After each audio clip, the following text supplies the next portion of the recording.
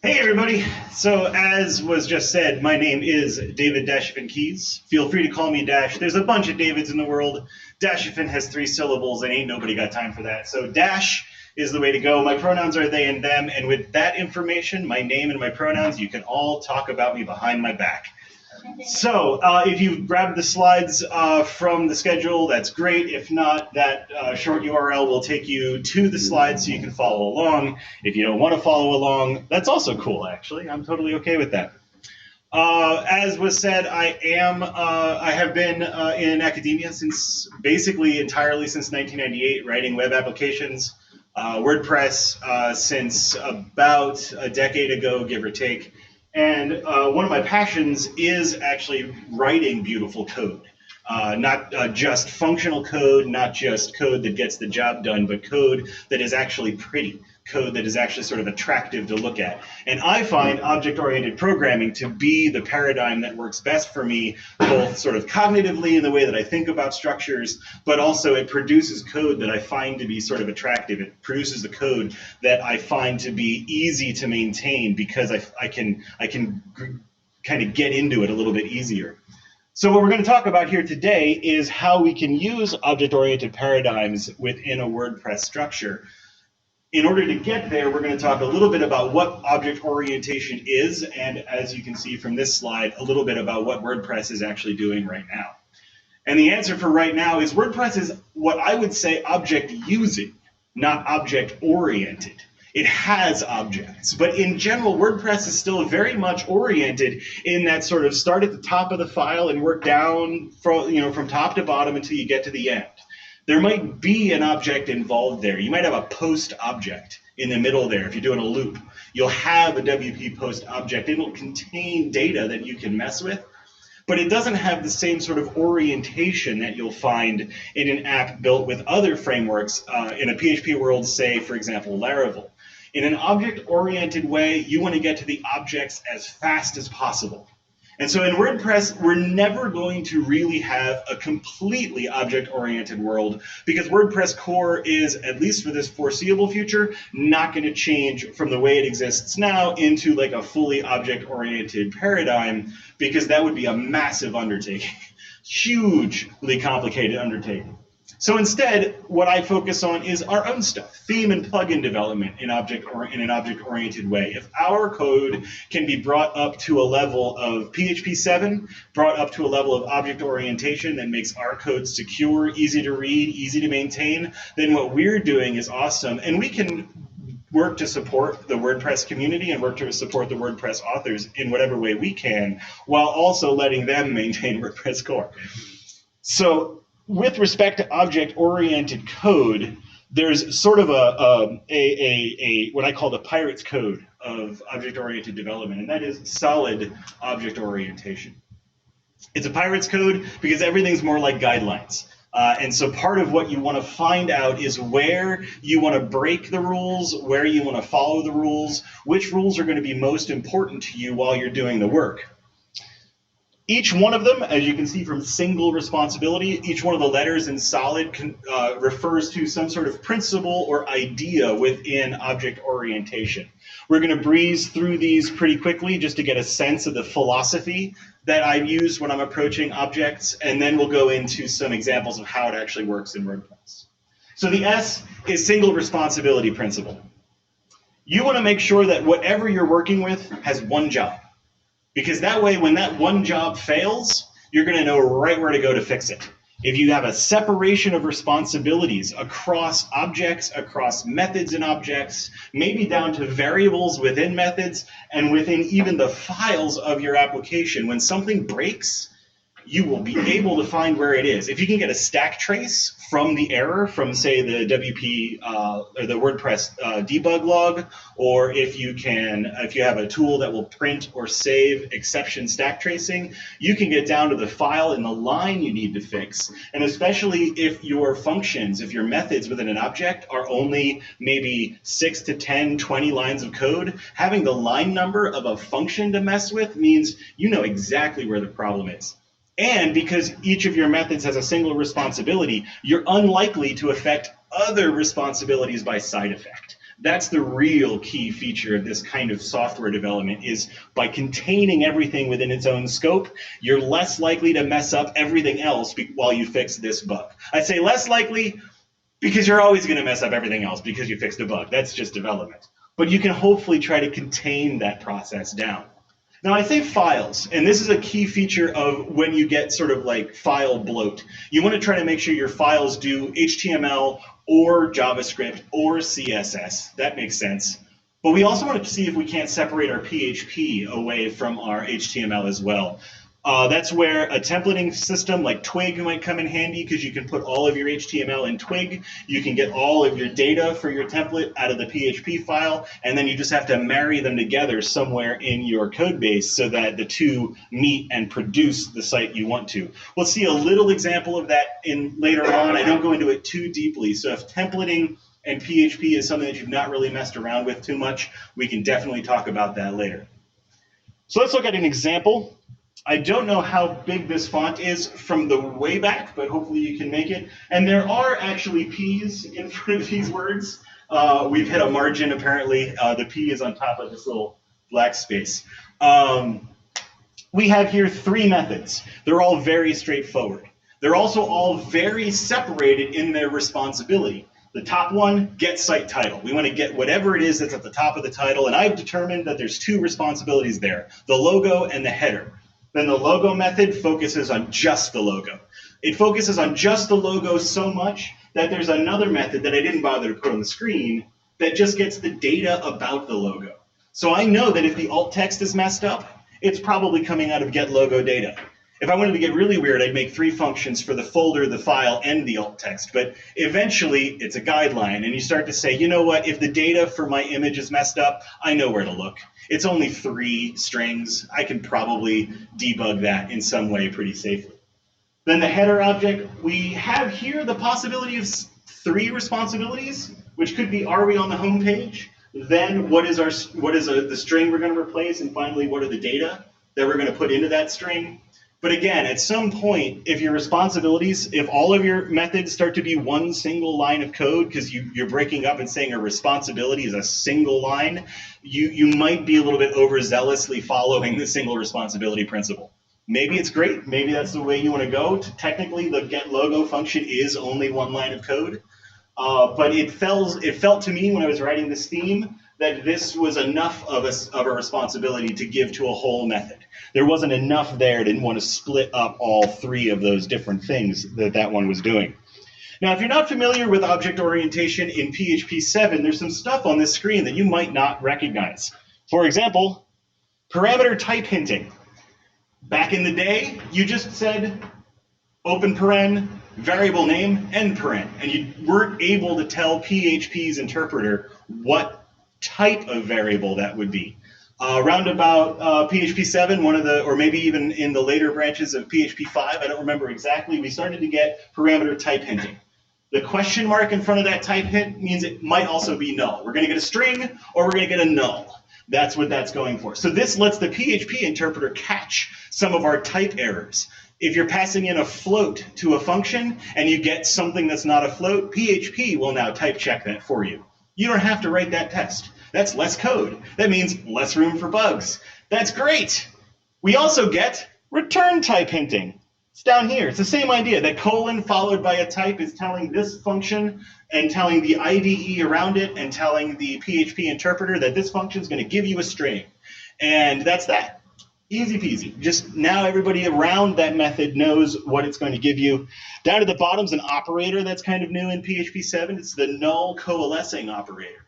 This is saying if site name is null, then use the string. Then use this side of the operator. Otherwise, just use site name. Now I could do that with a ternary statement, or I could do it with an if-else statement. Or in PHP 7, I could use the null coalescing operator, and it's just sort of tucked in there, and I don't need to add more code. And once you get used to seeing a double question mark and kind of understanding what that means, it reads pretty smoothly too. In 7.4, which should be out in November, we'll get the null coalescing assignment operator. So if you wanted to do this sort of coalescing of nulls or default values and save it so you can use it again later, you're going to be able to do that without having site name equals site name double question mark wpcamp.com. You'll get the whole thing just with the one coalescing or the one assignment operator. And the last thing that's a little new on this screen is the array unpacking operator, those 3 dots. That's not an ellipsis that I meant to indicate there's other parameters. That's actually now an operator, is 3 dots. It does array unpacking, which in this case, when getLogoData returns its array, the array unpacking operation takes each of the 3 pieces of that array, separates, unpacks them into 3 separate values, and then passes them directly to sprintf, which will then get plugged into my string here, here, and here. That is, it's no different than if I used like a list, used list to separate them into variables and then pass those variables to sprintf. It just sort of does all of that for me without adding the code. Then I don't misspell a variable and miss it in my IDE. Then I don't, maybe I want to use this getLogoData elsewhere, so now I've got the function that's giving me the information. I can use it in multiple places. And the really neat thing about this is you can use the array unpacking operator in, say, a function declaration. So if you want to say this has a variable number of parameters to your function, just say ... array, and now all of the parameters to your function, regardless of how many there were, will just be in the array. Go ahead, yeah. What does it do with associative arrays? The question was, what does it do with associative arrays? I think, I'm 90% confident that it doesn't. It just sort of fails. I think it doesn't spread the associative arrays yet. I think they have to be numerically indexed. I'm not positive. That's the 90% confidence. So the array, or the array unpacking operator, the spread operator, Ruby calls it the splat operator, I think, which is a much better name. It's really quite cool. In 7.4, we're going to get to use it in arrays. So instead of array merge calls all over the place, you might be able to use the array unpacking operator to unpack arrays and then put values into other arrays so you can have arrays in your arrays while you're arraying your arrays. The second one, the OpenClose principle. Your code should be open to extension but closed to modification. WordPress does this really well in a completely not object-oriented way through actions and filters. We all know you don't go into WordPress core and start just messing around in there. I mean, you probably do at some point just to try to see if you can figure out what action or filter you want to use, but you then also don't leave trail behind. So we know that our actions and filters are the way that we're going to extend WordPress core without modifying it. And so our objects should have the same basic capabilities. The way PHP and most object-oriented languages give us the ability to do that is through plugin visibility. And so we saw on the previous screen these words in the front. They're still missing a P. Public, private, and in this case, it's also private. Public means it's available everywhere. If anything has an instance of this object and you've got a public method, everything has access to that method. You just call it, and the behavior operates. Private, on the other hand, says no, only from inside the object can I call this method. It's closed, it's locked down. It reduces the surface area of your plugin so that if there's data that's being manipulated or transformed and you don't want the rest of the world to be able to do it over and over again, you only want to control access to that yourself, you make it private. The issue is that in a private function, you also don't get access to it in, say, a child. So if you've extended your object, you don't necessarily get access to private. Now, the example I'm about to do isn't exactly accurate. You can extend and override a private method and stuff like that. But the other option is protected. And protected says that this function is now in the scope of the object itself and all of its extensions. And so when you're thinking about this open-close principle, making things available for extension but not modification, the times you use private versus the times you use protected is sometimes an interesting thing to begin to think about. And the reason you might want to do that is something like this. Maybe what we really wanted to do was update for HTML5 and wrap our image in a figure tag. I didn't bother to put it in here, but I can imagine a world where we add a fig caption tag and we add the ability to get a logo data, get logo data to add a caption to an image. We can take our foo class, which implements get logo like on the previous slide, and now we just extend foo as bar and update that function. We've we've extended the capability of the foo object without actually modifying the foo object. And that's pretty cool. That's a neat way of handling things. And when you're starting to work with Composer and you're grabbing in other people's packages and maybe extending those packages to do the work that you want them to do, the ability to know that you can do this is key. Liskov substitution principle is our L. All those extensions we're working with, all of that code we're producing that's relying on other people's code because it was following the OpenClose principle, we want to be able to take our work and just put it right into the app. We don't want to have to do anything else. As long as the code you're working with follows that idea, says this should be able to substitute for that, bar should be substitutable for foo, as on the previous slide, you're following the rule. We'll look at this in a slide in about 4 slides more carefully. Instead, we're going to look at interface segregation. It's an unfortunate world we live in where the word solid goes LID, even though I think the better discussion of these topics would go SOLDI, but that doesn't spell a word. So interface segregation is basically saying that your objects should do only what they have to do. Now, interfaces is an object-oriented construct that says this is what the public interface of our object will be. It's a contract between your object and the rest of your application that says to the application, these are the things I can handle. Anything else that's like an internal implementation detail, a protected or a private method, those don't go in your interface because the rest of the app don't care. It doesn't matter to the app that you've got 72 private methods to make the 3 public methods work. The rest of the app only needs to know about the public stuff. And so when you're working with interfaces and interface segregation, the goal is to say to the rest of the application, this is what I do.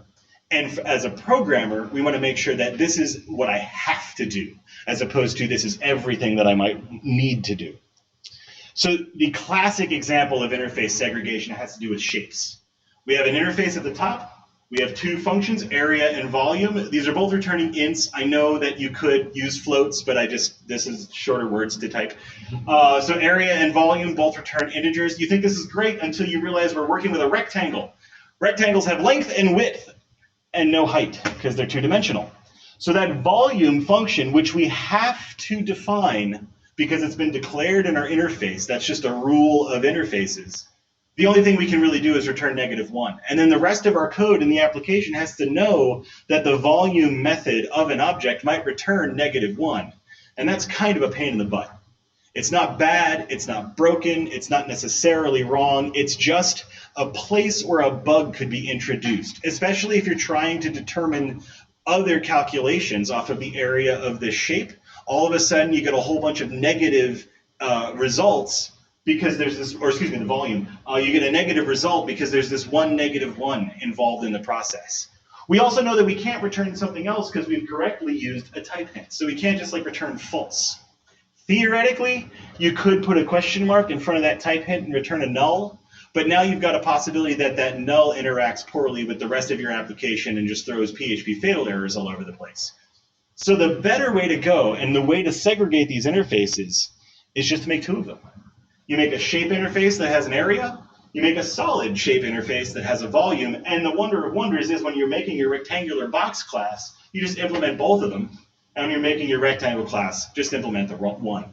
And in the rectangular box, your area is probably like full surface area. You're doing a much more complex operation to determine the surface area of a box as opposed to the surface area of a 2D rectangle, but it's still got an area, and it's got volume because cubes have height. Or rectangular boxes have height. So that's interface segregation. Taking that and stepping back again, we'll be talking about substitution with the next one. Oh, excuse me, I forgot. Future look. We've got properties, length and width. We'd like them to be integers because the functions, the methods that we're working with here return integers, but PHP 7.3 has no way of telling that these are going to be ints.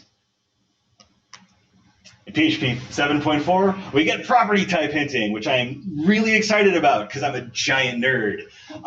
So we get the ability to do type hinting off our properties. Now the PHP interpreter will know that if we apply a float or a string or an object or whatever to these properties, even if it's just by accident, like we just mistyped a variable name when we were creating our rectangle or whatever, we're going to get an error. We're going to be able to fix that error very quickly. PHP will catch the error instead of me having to have written an effective test in order to get the type correct. It's going to be a wonderful world. November, by the way, if I didn't mention it earlier, I think PHP 7.4's features were locked either earlier this week or last week, which means we'll be going into the sort of release candidate phase for 7.4 pretty quickly. All right, last one for realsies this time is the dependency inversion. Sometimes people think the D is dependency injection. It's an understandable confusion, but dependency injection is a totally different concept.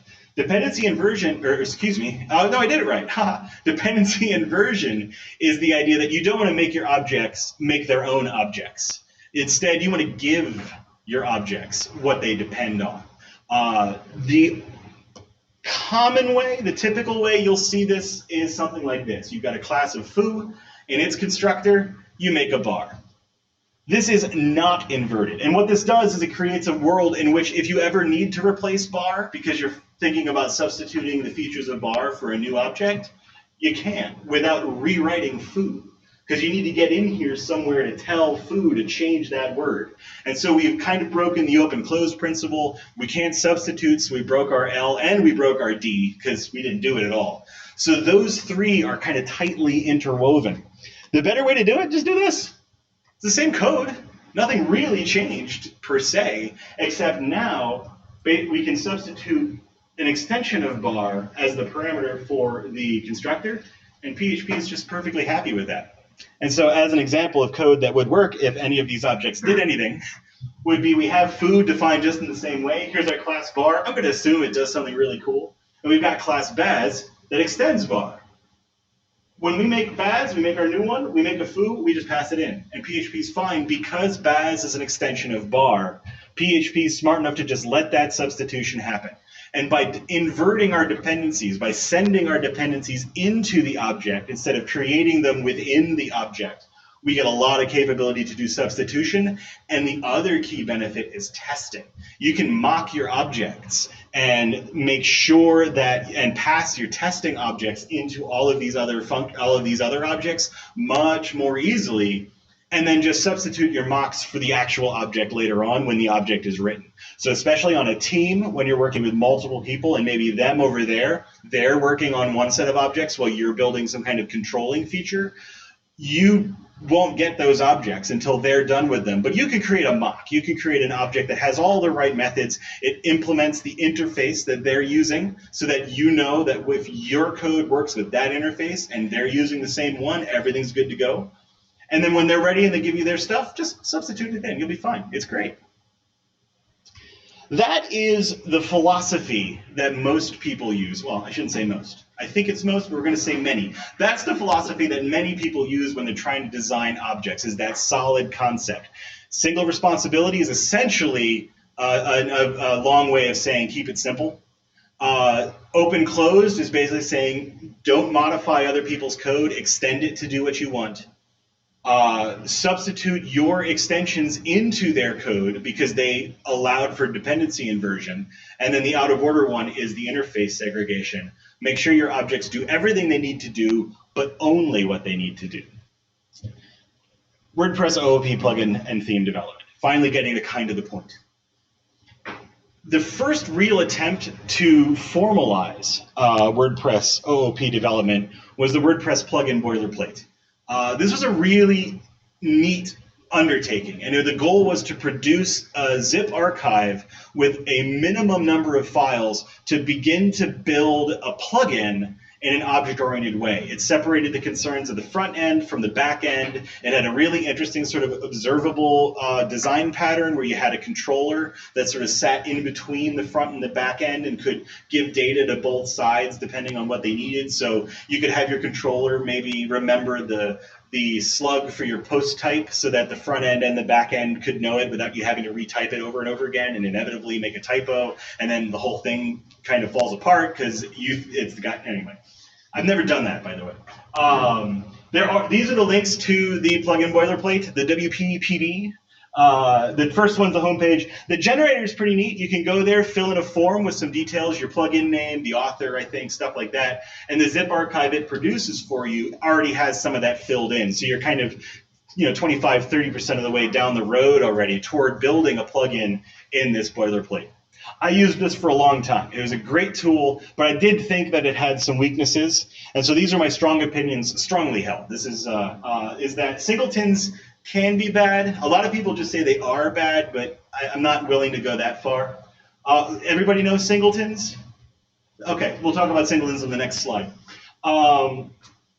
Entirely too much of this is public.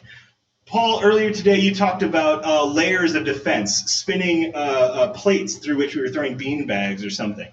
When you've got a bunch of public methods, it's like you've taken one of those spinning wheels out and made it just a little bit easier for somebody to start using your code.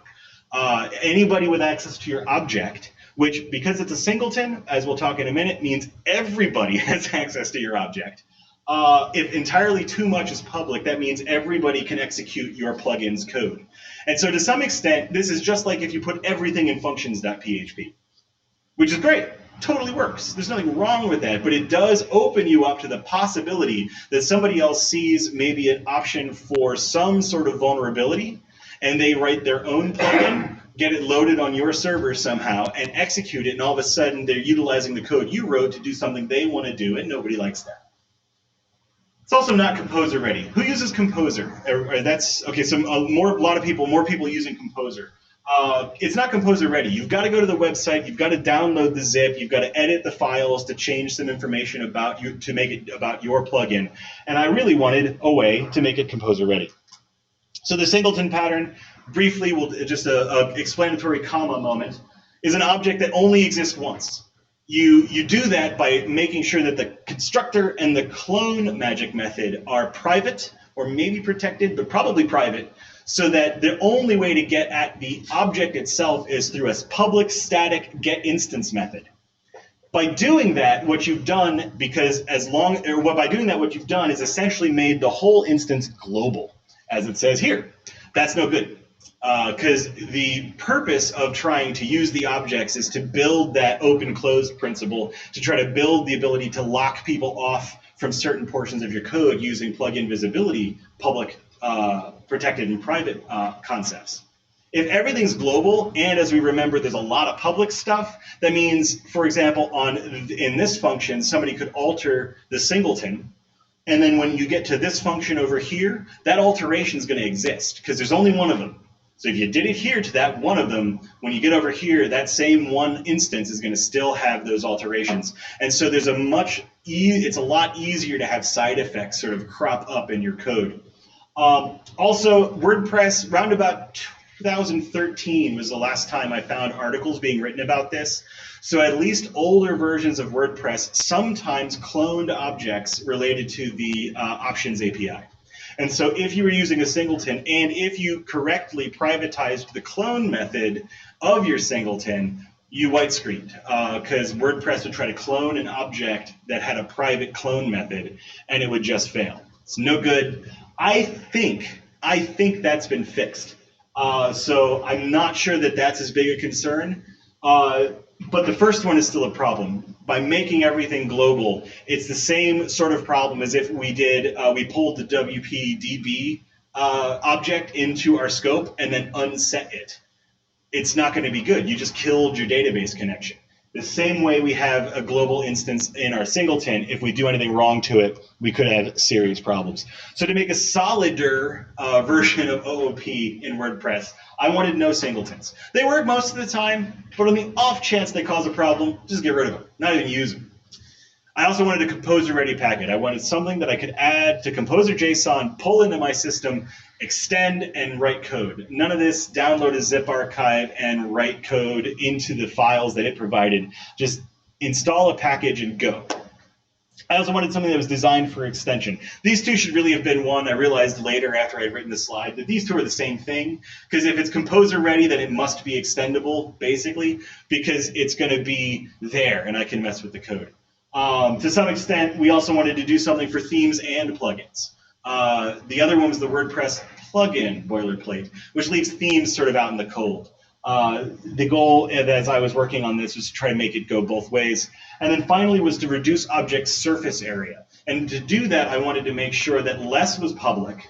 And even the things that WordPress had to know about, it had to have a key to get in. It needed the correct action or filter hook, and it needed to be at the correct priority. And last night, I think I figured out a way to make it have to know the right argument count as well. So I might be extending this object in the near future to make sure it needs all 3 pieces to be right. And that's where we're getting into some of those spinning plates. Somebody that wants to execute this code in a way that's inappropriate has to get all of those things correct in order to be able to unlock the door and step into the world of my plugin. And so what I wrote was the WPhandler, and we'll talk about it for the rest of our session and then in the Q&A. This is just my solution.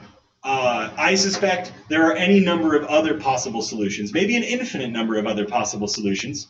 But my goal was to provide myself and anyone who wanted to use the code a way to do it, and then to also just make my own life easier. So it's kind of a hobby project that's taken on a life of its own. So feel free to check it out and use it and fork it, send me pull requests. I'd love to make this more of a thing than it is at the moment. And there's 2 things though, 2 weaknesses. One is a reinitialization problem. I know how I should fix this, I just haven't yet because I'm really hoping I come up with a better idea.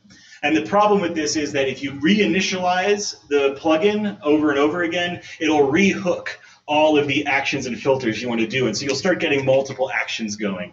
And I know that if I just added a Boolean true-false flag to the object and set it to be true when you were done with the initialization and made sure that you only then initialized if it were false, et cetera, it would solve the problem.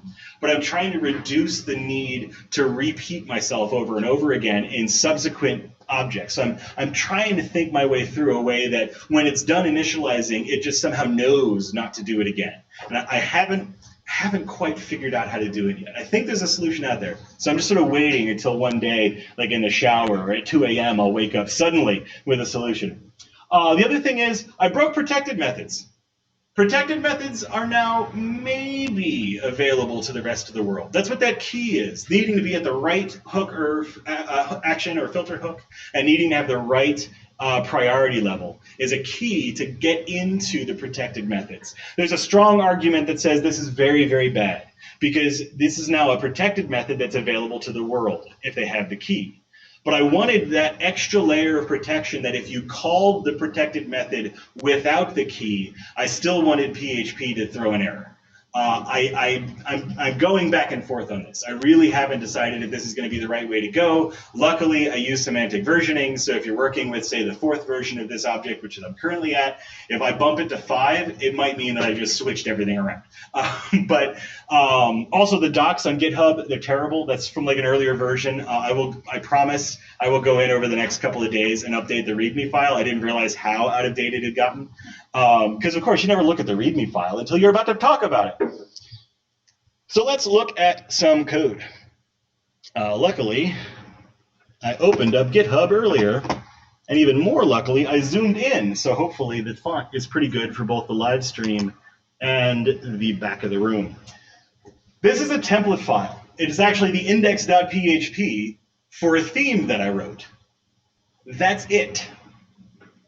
The whole index.php template is right there. And it's all hidden behind the archive object and then this twig file. The nice part about this, I never have to open this file ever again. This file's fine. I'm never going to come back here. You write it, you forget it, it just sits in your themes folder, and anything else you've got to worry about is probably either in the twig or the object itself. That's it. This is the sense of an object-oriented file. You get to the objects as fast as possible. In fact, the first real line of code is here, and the first thing I do is make an object and then do something with it. That's it. That's the whole thing. I'm oriented around my object of the archive.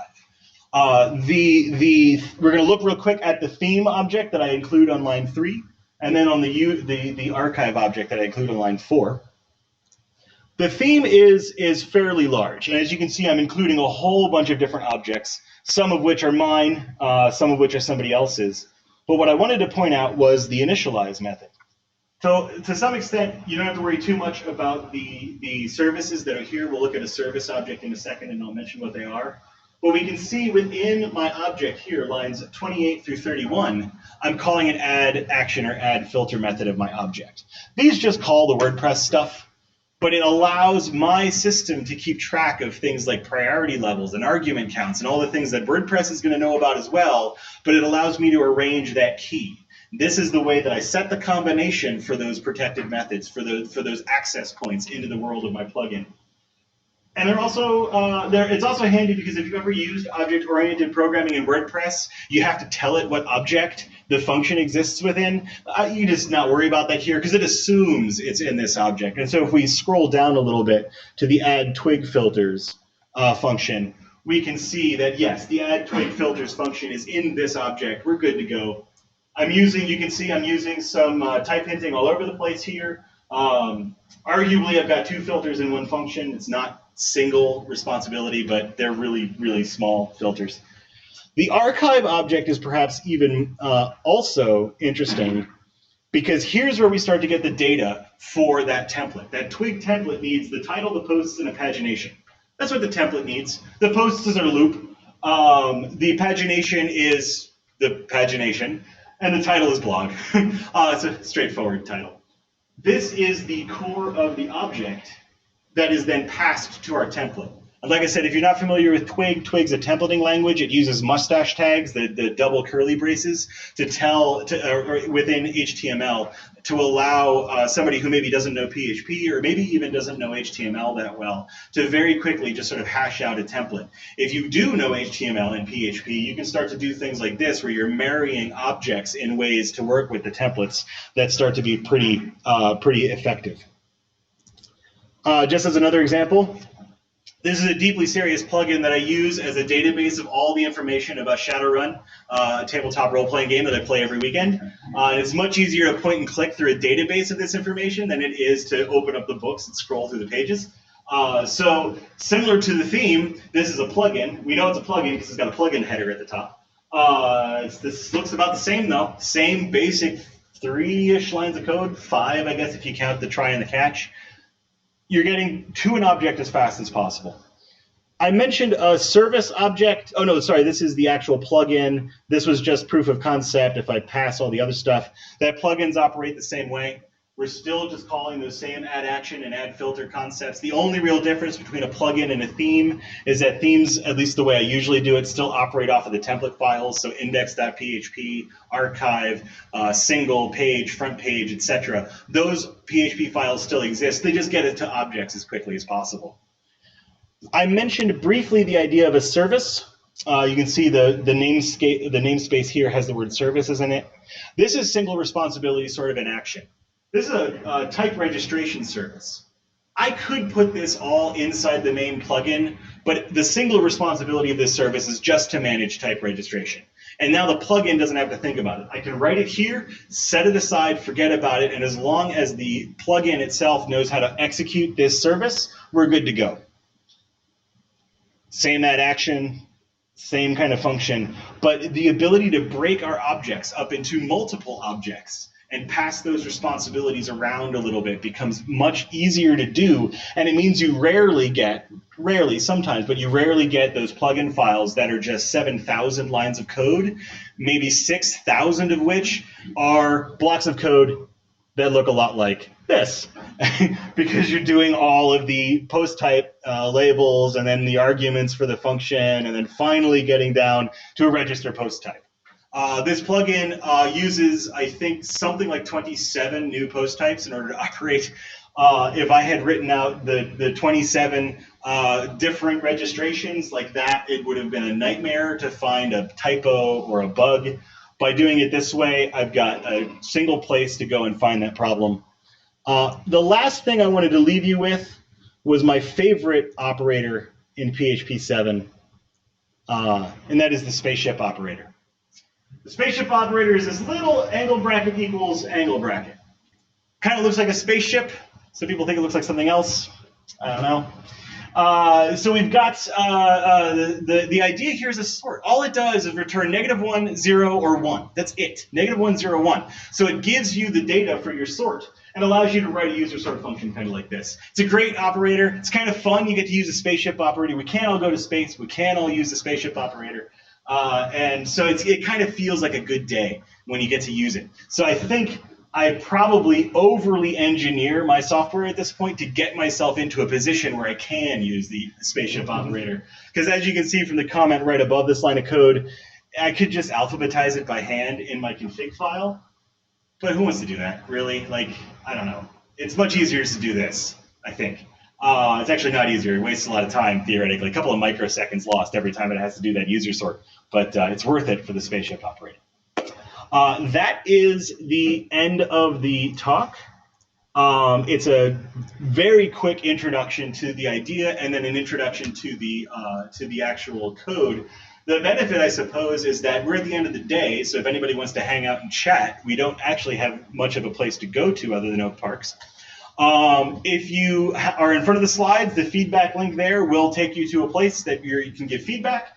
If you don't have it open and you want to try to scan the QR code, that should take you to the same place. If you want to find me, that's where I'm at. If you find a Dashafin online, it's Google tells me I'm the only one in the world.